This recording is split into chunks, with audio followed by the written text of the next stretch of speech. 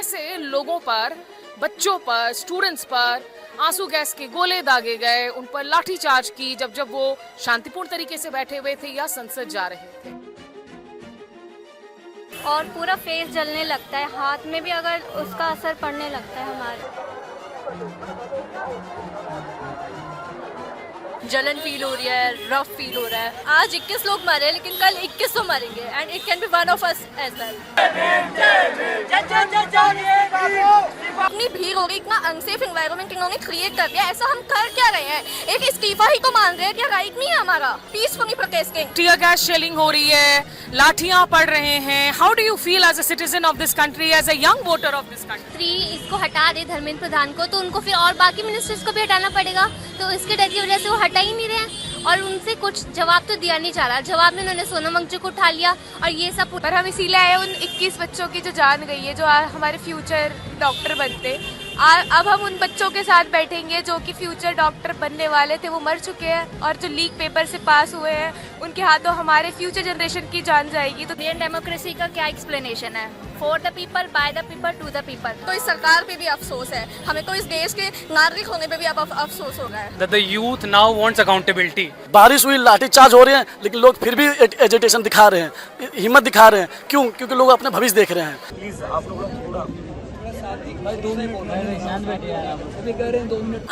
आज आवाज उठानी चाहिए ताकि कल बेटर हो। नमस्कार, आदाब। आपके साथ मैं स्मिता शर्मा हूं और आप देख रहे हैं मेरा YouTube station Smita Sharma journalist. Cockroach जनता पार्टी, जिस दिन से इस मूवमेंट की शुरुआत हुई, इससे जुड़ी हुई तमाम खबरों को हम लगातार कवर कर रहे हैं हमारे यूट्यूब चैनल पर। आज सुबह से भी हम यहीं मौजूद थे। सुबह बहुत भारी बारिश हुई, उसके पहले बहुत ज़्यादा गर्मी थी, बहुत उमस था, लेकिन लोगों का सिलसिला लगातार जारी रहा। हज़ारों की तादाद में जो मेन प्रोटेस्ट साइट है वहाँ पर आए, बाहर आए। कई लोगों ने हम लोगों से आकर कहा कि मैम, बहुत सारे मेट्रो स्टेशंस के एग्ज़िट पॉइंट्स को बंद कर दिए हैं, रेलवे स्टेशन में भी रोक लगाने की बात आई। और निश्चित रूप से हमने जो दिल्ली की सड़कों पर तस्वीरें देखी युवाओं की तरफ से, स्टूडेंट्स की तरफ से, वो सारी बेहद ही दिलचस्प तस्वीरें हैं। ये एजिटेशन जारी रहेगा। अगर इस एजिटेशन को जारी रखना चाहते हैं यहीं इसी मंच पर, तो क्या पुलिस इसे जारी रखने देगी? क्या पुलिस इनको इजाज़त देगी या अब और ज़्यादा बल प्रयोग किया जाएगा? क्योंकि आज दिन भर हमने देखा कि कैसे लोगों पर, बच्चों पर, स्टूडेंट्स पर आंसू गैस के गोले दागे गए, उन पर लाठीचार्ज की जब वो शांतिपूर्ण तरीके से बैठे हुए थे या संसद जा रहे थे। बहुत सारे ऐसे सवाल इस वक्त बरकरार हैं और मूवमेंट का अगला पक्ष क्या होगा, अगला रुख क्या होगा, ये बातें जो हैं अभी इस पर चर्चाएं जारी हैं। आपका क्या नाम है? ऐश्वर्या। ऐश्वर्या, आप एक टीचर हैं? मैं एक टीचर नहीं हूँ, I am a consultant, I am an educational consultant seconded to the Delhi government. तो आज एजुकेशन के फील्ड में रहकर आप एजुकेशन की जो हालत देख रही हैं देश की, क्या आपको लग रहा है सब चंगा सी है इसीलिए सरकार को परवाह नहीं है? बिल्कुल भी चंगा सी नहीं है। आई जस्ट वांट टू से, जब the 21 students that passed, right, after the re-NEET examination was announced, I was worried that उसमें से अगर एक मेरा दिल्ली सरकार का बच्चा होता तो, right, and that was the thought that haunted me day in, day out, and I go to schools often, right, like all the Delhi government schools are like a family to me, so I keep going to schools and मैं सोच के अगर इसमें से एक बच्चा मेरा होता, एक कॉल हमें लगता है कि ये एक स्टूडेंट जिसने re-NEET दिया है has decided to end their life, how unfair, how unjust that is. And we are here to not just talk about the resignation of the education minister, we're here to talk about the complete rehaul of the system that we are part of. Like, resignation of the minister is just one step. We want a systematic review of National Testing Agency. Paper एक बार leak नहीं हुआ है, UGC net भी leak होता है, 2024 में localise leak हुए हैं नीट के। हर एक किस्म का एग्जाम नीट के अलावा और भी लीक किया है NTA में। So it's a question mark of accountability of not just the government. खत्म हो रही है देश से, खत्म हो रही है because how will we keep our government, our systems accountable when you keep your citizens in fear, when you're not allowing them to express either on any social media or all the news channels, the media, which is one of the pillars of democracy, is not able to speak up. The courts are not able to take a stand. Ordinary citizens like us are taken up on the roads today, and what are they doing? देखिए, मुझे लगता है ना कि आज की इस पूरे के पूरे कारवां से जो एक मैसेज सामने खुलकर आ रहा है, बहुत हो चुका, पानी अब सर के पार जा चुका और लोगों की सहनशीलता को अब और ज्यादा आप टेस्टिंग ना कीजिए। चलिए आगे और आवाजों को आप लोगों तक पहुंचाते हैं। टीयर गैस गोले लगने से इंसान को बहुत वक्त लगता है, क्योंकि आंखों में जलन होती है, शरीर में जलन होती है। और जो बच्चे शांतिपूर्ण तरीके से देखें, आप छोटे छोटे बच्चियां हैं यहाँ पर, कॉलेज की स्टूडेंट्स होंगी शायद। सब कॉलेज की स्टूडेंट्स हैं आप लोग। किस ईयर में हैं? फर्स्ट या सेकेंड ईयर की बच्चियों पर जब टीयर गैस के गोले दागे जाते हैं, अभी इन्होंने मास्क पहनी है, लेकिन कितनी जलन हो रही होगी मिर्ची वाली। क्या हुआ था जरा बताइए आप। बहुत तेज लगता है आंखों में स्पेशली, और पूरा फेस जलने लगता है, हाथ में भी अगर उसका असर पड़ने लगता है हमारे। धीरे स्किन डैमेज फील हो रहा है, गीला करने के बाद भी बहुत ज़्यादा अफेक्ट फील हो रहा है कि अफेक्टेड है वहाँ से वो एरिया, जलन फील हो रही है, रफ फील हो रहा है। कुछ लग नहीं रहा है कि वहाँ पे कुछ लगा है, लेकिन लग रहा है कि हाँ बहुत अंदर से कुछ जलन हो रही है। आज 21 लोग मरे, लेकिन कल 21 मरेंगे, and it can be one of us as well. तो मैं ये कहना चाहती हूँ कि आज आवाज़ उठानी चाहिए ताकि कल बेटर हो। आप लोग इतनी कम उम्र हैं, आज आप लोग इस प्रोटेस्ट में आई, घर वालों की इजाजत लेकर आई थी? घर वाले क्या चिंतित थे आप लोगों की सुरक्षा को? नहीं, घर वालों ने इजाज़त दी थी हमें आने की, पर हम इसीलिए आए उन 21 बच्चों की जो जान गई है, जो हमारे फ्यूचर डॉक्टर बनते। अब हम उन बच्चों के साथ बैठेंगे जो कि फ्यूचर डॉक्टर बनने वाले थे, वो मर चुके हैं, और जो लीक पेपर से पास हुए हैं उनके हाथों हमारे फ्यूचर जनरेशन की जान जाएगी, तो कैसा लगेगा। तो हम चाहते हैं कि गवर्नमेंट हमारी आवाज़ सुने और उसके खिलाफ कुछ बोले। आप बताओ, आप जब इन एजिटेशंस की खबर को देख रहे हो, आपको क्यों गुस्सा आया? क्यों लगा कि आपको आना चाहिए यहाँ प्रोटेस्ट में आज? गुस्सा इसमें आया क्योंकि हम सरकार से अकाउंटेबिलिटी डिजर्व करते हैं, हमारा राइट है। आप लोग बिल्कुल सड़क पर। हम पीसफुल प्रोटेस्ट कर रहे हैं। आप ये देखिए, टीयर गैस छोड़े जा रहे हैं, इतनी भीड़ हो रही, इतना अनसेफ एनवायरनमेंट इन्होंने क्रिएट कर दिया। ऐसा हम कर क्या रहे हैं? एक इस्तीफा ही तो मांग रहे हैं, क्या राइट नहीं है हमारा? क्या किसी ने संसद के अंदर जबरदस्ती घुसने की कोशिश की थी जब टीयर गैस के गोले मारे गए? नहीं, बिल्कुल नहीं। पीसफुल प्रोटेस्ट चल रहा है, आप जाके वहाँ देख भी सकते हैं, ऐसा कुछ नहीं हो रहा है। पुलिस ही है जो लाठीचार्ज कर रही है, टीयर गैस कर रही है। Students are peacefully protesting and we are with the cause. आपको क्यों लगता है, क्योंकि धर्मेंद्र प्रधान अगर रिजाइन नहीं कर रहे हैं, प्राइम मिनिस्टर चाहे तो उनको 2 मिनट में हटा सकते हैं कैबिनेट से, कैबिनेट पीएम की है, क्यों कोई रिएक्शन नहीं आ रहा है सरकार का? अगर प्रधानमंत्री इसको हटा दे धर्मेंद्र प्रधान को, तो उनको फिर और बाकी मिनिस्टर्स को भी हटाना पड़ेगा। तो इसके डर की वजह से वो हटा ही नहीं रहे हैं, और उनसे कुछ जवाब तो दिया नहीं जा रहा। जवाब में उन्होंने सोनम वांगचुक को उठा लिया, और ये सब पुलिस को आगे कर दे रहे हैं। कल तो कुछ नहीं रहे हैं। पेपर लीक्स का असर क्या पड़ता है मेंटली आप लोगों पर? आप लोगों में से कोई है जो कम्पिटिटिव एग्जाम्स की तैयारी कर रहा था? हमने किया है for competitive exams. I have given CUET myself, but it is nothing in comparison to NEET. A paper like NEET, students give so many years of their life. They give 4-5 years, 10 years. वो लोग 20-30 years के लोग भी NEET देते हैं. All the competitors are of a wide age range. ये life का एक हिस्सा होता है, and leaking such an important paper which they themselves claim important, and then they are how dare they tell students and check students like there are some criminals, and ऐसी preparation है papers के लिए. This is not fair. 21 students because of this, and that's why we are here. आज आपको जब tier gas shelling हो रही है, लाठियां पड़ रहे हैं, how do you feel as a citizen of this country, as a young voter of this country? I just want to say कि क्या आप इतने ज़्यादा डरे हुए स्टूडेंट से? What are we asking? We are asking कि धर्मेंद्र जो प्रसाद है उनका हमें रेजिग्नेशन चाहिए, प्रधान है उनका हमें रेजिग्नेशन चाहिए। वो भी क्यों? क्योंकि वो अपनी ड्यूटी सही से निभा नहीं पाए। We as a student, we just demand justice. That's what we are doing. We are doing nothing wrong. And how you are treating tear gas and police and lathi charge, this is just very horrible. आप में से क्या किसी ने first time vote दिया था last general elections में?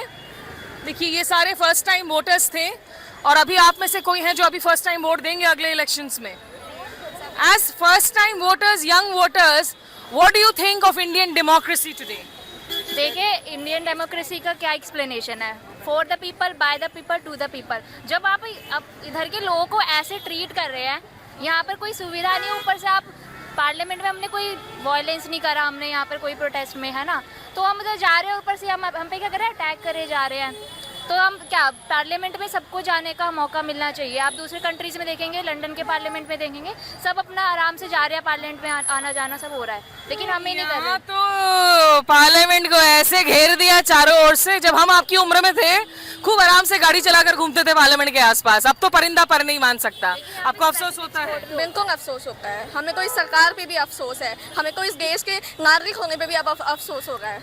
देखिए, इस बच्ची ने याद दिला दिया संविधान, डेमोक्रेसी, लोकतंत्र का मतलब है of the people, by the people, for the people.